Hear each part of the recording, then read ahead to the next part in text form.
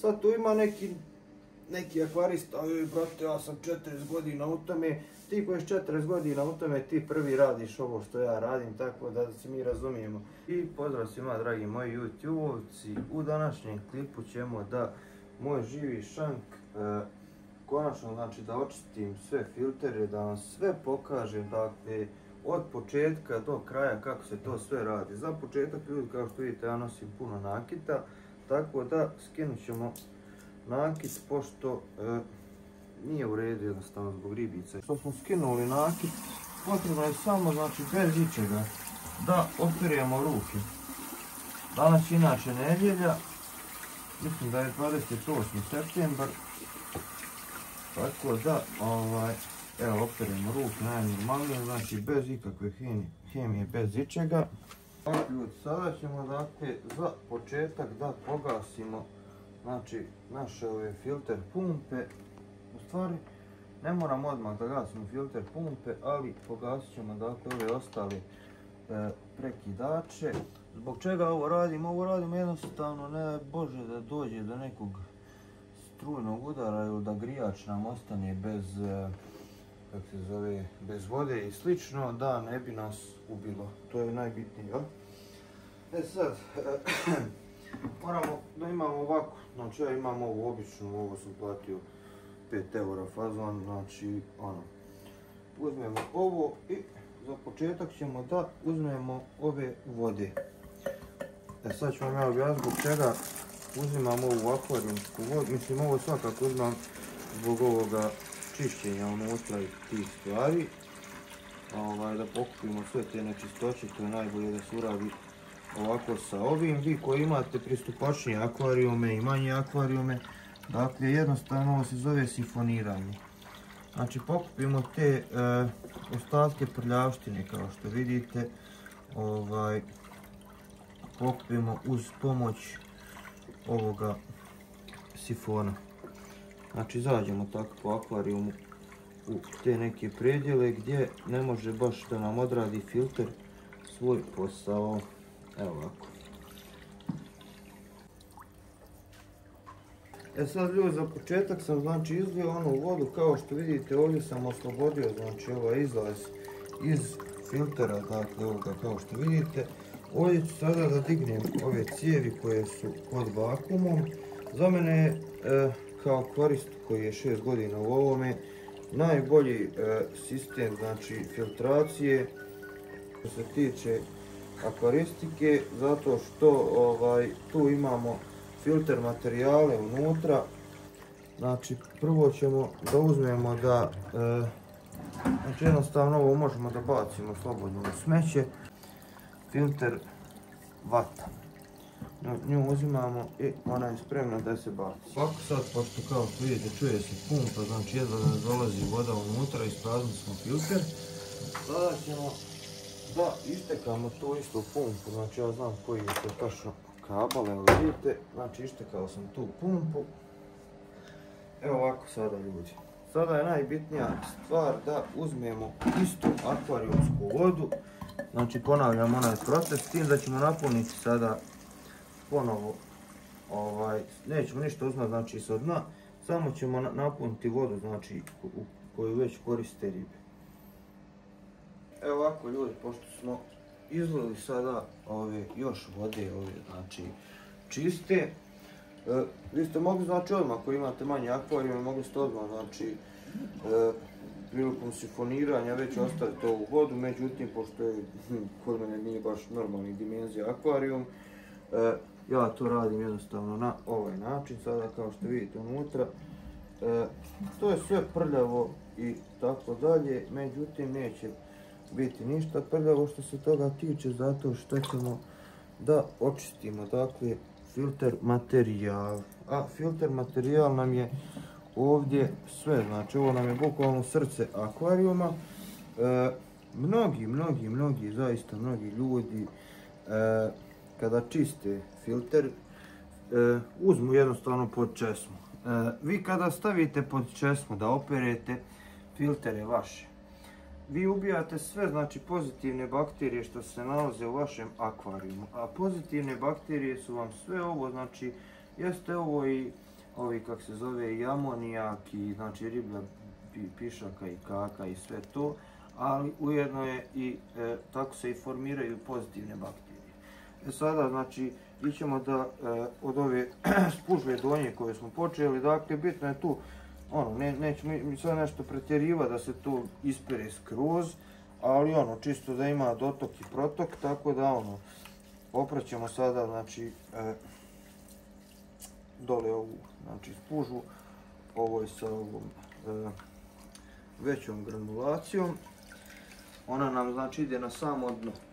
Ovdje ispod imamo još keramičke ringove, imamo purigen i slično, znači to nećemo ništa da diramo. Filteri su, da se razumijemo, srce akvarijuma. Ja za početak znači opraću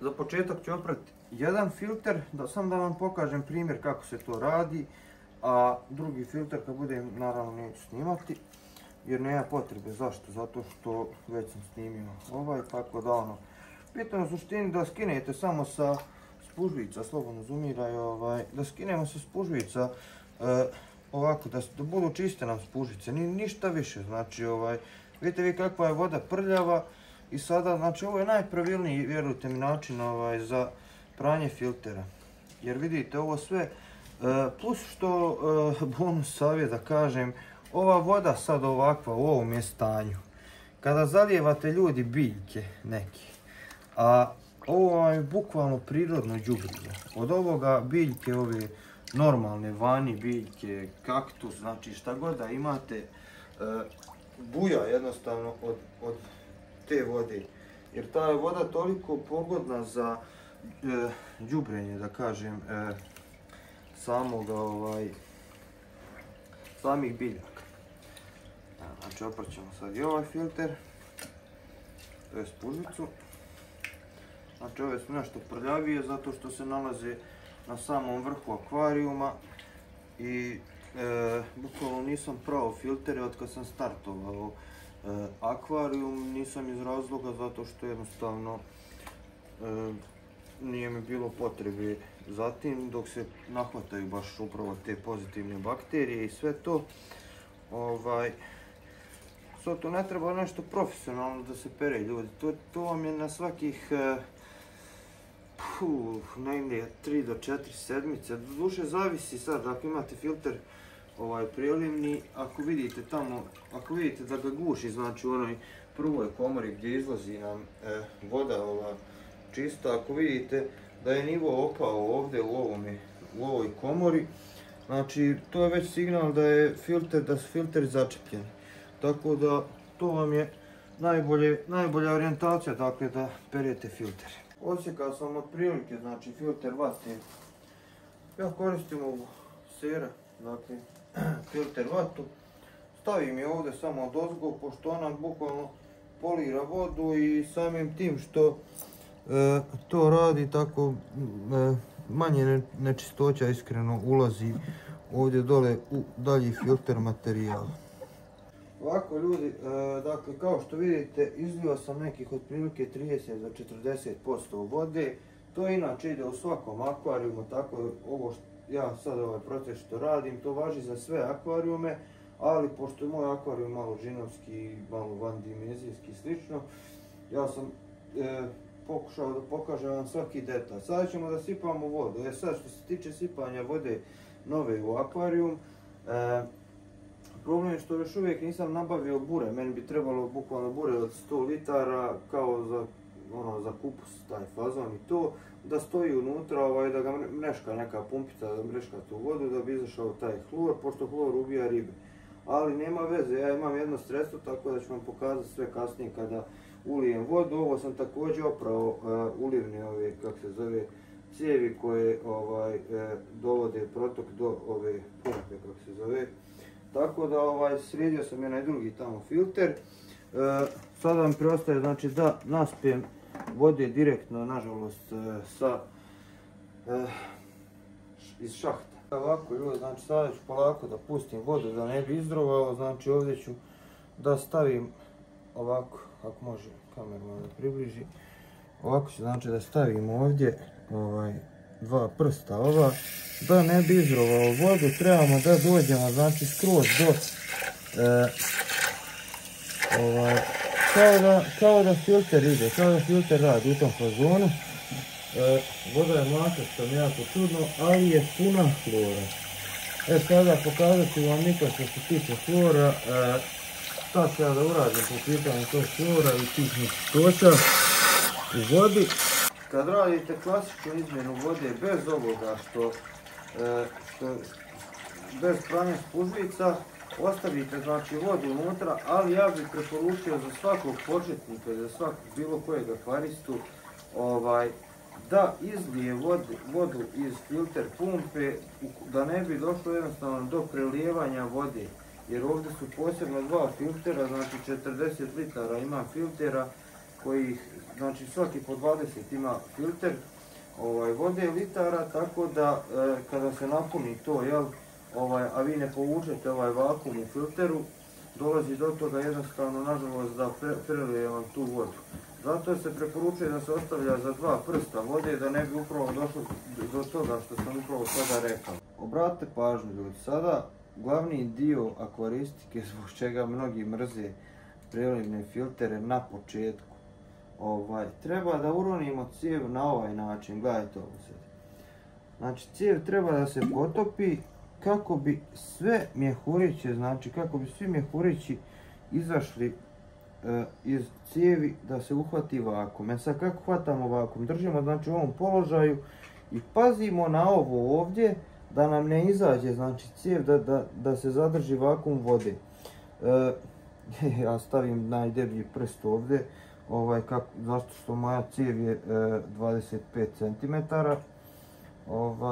ili milimetara, u stvari milimetara, 25 mm, i tek kad stavimo, znači kad zaronimo cijev, tada dolazi do puštanja vode ljudi i to se zove znači vakuum. Kao što vidite, ovdje sam bukvalno vakuumirao i sada čekam da se ulije ovih 20 litara ovdje. Tako ću raditi isto i za onu tamo stranu. Evo ovako ljudi, sad sam znači pustio u pogon i drugi znači prelivni filter.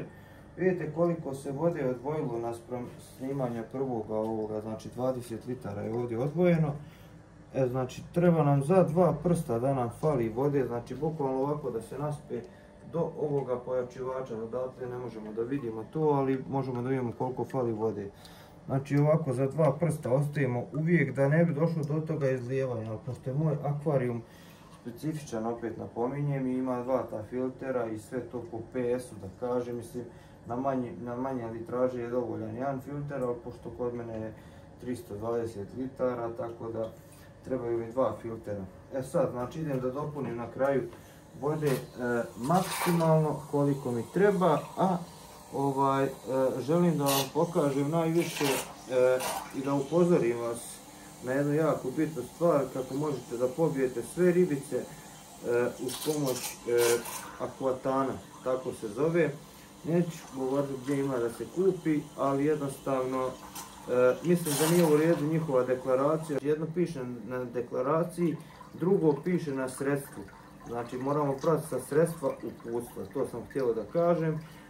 Tako da pokazat ću vam taj akvatan, on ide inače ovdje, ali ne ide u tim dozama u kojima piše da ide. Sada ću, kad naspijem vodu, pokazati vam i to. Pažnju, Prodak Aquasana. Ovdje piše 250 ml ide na 12.500 litara. A gledajte šta piše na deklaraciji. Kaže sredstvo za vodu Aquasana 250 ml, ovo je znači bocata. Upotreba doza od 250 ml dovoljna je za 80 litara vode. A ovdje piše znači 250 ml je dovoljno za 12.500 litara vode, bukvalno za bazen. Znači gledajte ovo ljudi, gledajte koja je to greška, znači bukvalno možete da pobijete sve ribe. Obratite pažnju na to ukoliko koristite ovaj Prodak. Meni je dovoljno, ljudi, za mojih 320 litara, dovoljno mi je samo 6 ml Prodaka. Evo ovako sad, znači sad ću da uzmem da ovako izmučkamo dobro ovo. Ovo inače služi da ubije znači taj hlor iz vode na neki način. Tako da ono, ja sam zadovoljan s ovim sredstvom da se ne varamo, ali znači dobro treba da se pazite ljudi što se toga tiče, znači možete bukvalno pobijete ribu, vidjeli ste i sami sad, znači živi dokaz o čemu se tu radi. Tako ljudi, bukvalno znači čep jedan, evo ovdje je znači 5 ml, znači meni još fali, ali to je faktički ovo, evo gledajte. I bitno je da stavimo, znači dok je pumpa upaljena, sad ću da upalim pumpu pa ću da stavim. Znači sada ljudi palim sve znači sisteme, sad kada smo sve to uradili, evo sad meni privremeno to. Kada smo sve to uradili i kada nam pumpe znači rade savršeno sve, znači stavljamo sada ovoga akvatana, kao što vidite, znači ja ću ubrizgati ovoga akvatana direkt ovdje gdje imam izlaz vode. Atman AT 304 je pumpa u pitanju, znači 2000 litara po satu, znači izbacuje vode. Tako da to je savršena pumpa za cirkulaciju, ogromnu cirkulaciju vode. Znači uštekali smo, sve smo vidjeli, sve smo sredili, sada obratimo samo pažnju da li smo dobro uhvatili vakume na filterima, a jesmo, znači što koliko mogu da vidim. Evo ovako ljudi, šta radimo sada? Sada kao što vidite ovdje uzimamo Profito, ja njega imam raspored, znači plan i program kako se šta radi. Znači stavljamo prvo Profito, ja njega stavljam, mislim sve imate na njihovom sajtu koliko šta ide, ali meni je najviše pomogao iskreno ChatGPT, da se ne lažemo. Pitao sam znači Easy Life Profito koliko ide toga proizvoda, znači sada na ovu frišku vodu, nedjelja je znači jeste, znači treba da stavim 11 ml ovoga Profita u akvarijum i to je na isti način na koji sam stavljao, kao što vidite, znači kao što sam stavljao i akvatan. Također ovdje treba da stavim Easy Carbo, znači Easy Life Carbo. Karbo vam je dodatno đubrivo, nema veze što ja imam CO2 i sve to. Dakle, karba treba da stavim 6 ml ukoliko želim da moje biljke rastu u normalnim uslovima. Sada ćemo to i da uradimo. Znači sipamo 6 ml, evo kao što vidite 6 ml sipam. Sipam na isti način na koji sam i sipao kako se zove, Profito. Tako da evo sada može Carmen vam da snimi isprijeda akvarijum kako to izgleda u punom planu. Dakle, što se tiče znači svega oko akvaristike i svih tih stvari što sam do sada nabrojao i sve to, znači sve ljudi to sastavni dio akvaristike. Svake sedmice se mijenja, znači, a možete i na svake dvije, zavisi kako, jednostavno trebate da razumijete vaš akvarijum i sve to. Nadam se da ćemo u sljedećem klipu, ako Bog da, kad se vidimo u sljedećem klipu, da ću snimat znači trimovanje, pošto treba da mi stigne alat sa ovoga, kako se zove, sa Temua, treba da mi stigne alat za trimovanje biljaka, za presađivanje i tako dalje. Imam ja tu još neki plan za reprodukciju, znači mlađi i za reprodukciju trave, da se stavi još jedan akvarijum od moj stari, da kažemo 220 litara, u koji ću nasuti znači pola vode, ali to su neki drugi projekti, tako da zapratite moj kanal, lajkujte ovaj klip, uđite svi u grupu ovu akvarističku moju, što će biti znači link u opisu isto. Tako da nadam se da sam vam pomogao s ovim klipom mnogima koji ste imali neke nesuglasice. Vi ako imate neke sugestije ili bilo šta vezano za ovo što sam ja sada radio, ja sam sve rekao šta je ispravno, šta nije ispravno, kao ovo što sam sipao, znači bukvalno direktan hlor sam sipao, to znam da nije u redu, ali to mi je što mi je, sad tu ima neki neki akvarista, brate, ja sam 40 godina u tome, ti koji si 40 godina u tome, ti prvi radiš ovo što ja radim, tako da se mi razumijemo. A ti mene možete me napadati u komentarima slobodno. Znam ja kakav profil ljudi mene prati i znam što mnogima ne pašem u grupama njihovim nekim tamo akvarističkim, ali nije ni bitno u ostalom.